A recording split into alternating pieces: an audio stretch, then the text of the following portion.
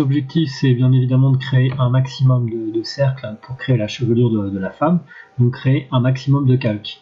Donc à chaque fois, vous allez devoir faire calque, nouveau, vierge, ok, sélectionner, donc en prenant l'outil sélection, l'ellipse, et créer un cercle d'une couleur différente. Donc j'étire le cercle, je vais choisir, resélectionner mon outil remplissage, une couleur, je prends un vert ou un orange, tiens au hasard, je clique dedans, j'appuie sur CTRL et D pour désélectionner, et ensuite je vais pouvoir me placer où je veux, en faisant un clic droit, redimensionner le calque. Si par exemple je veux le mettre voilà, au milieu de mon cercle bleu, je peux le faire, j'appuie sur Entrée avec mon clavier, et ensuite je recommence un nouveau calque, un nouveau cercle, ce qui me permet de pouvoir les déplacer à ma guise. Si je fais tous les cercles sur le même calque, je ne pourrai pas déplacer un cercle un par un. Donc voilà, c'est important de faire ça. Donc maintenant je vais un petit peu tricher, parce que sinon ça va être très long sur la vidéo. On va passer directement à l'étape d'après. Donc on va dire que j'ai fait, voilà, un maximum de cercles. Je reprends ce modèle là, où le travail a déjà été fait.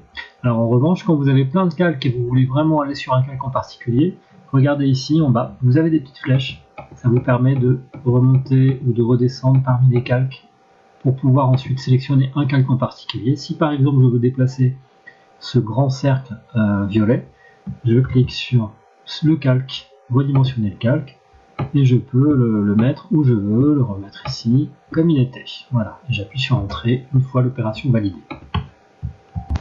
Donc pour la dernière opération, il va falloir créer un texte. Donc pour ça, on va dans la barre des tâches, en haut, et appuyer, ouais, vous voyez là le grand T, voilà, c'est l'outil texte, je clique dessus, ça m'ouvre une fenêtre, et dedans je vais pouvoir saisir donc le texte en question. Donc le texte ça va être hair, qui signifie cheveux en anglais, voilà, et on va sélectionner, alors normalement par défaut la première ça doit être Arial, vous allez choisir Arial Black, voilà, qui permet d'avoir une police assez plus épaisse que l'Arial classique, et mettre une taille de 250.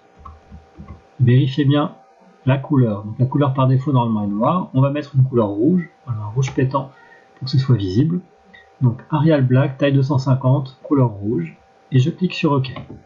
Voilà, mon texte apparaît en plein milieu de l'image, donc c'est pas très joli en plein milieu, il va falloir le déplacer. Donc un clic droit sur le calque texte, vous voyez qui est ici, redimensionner le calque, et là je vais le déplacer en bas de l'image, comme ceci.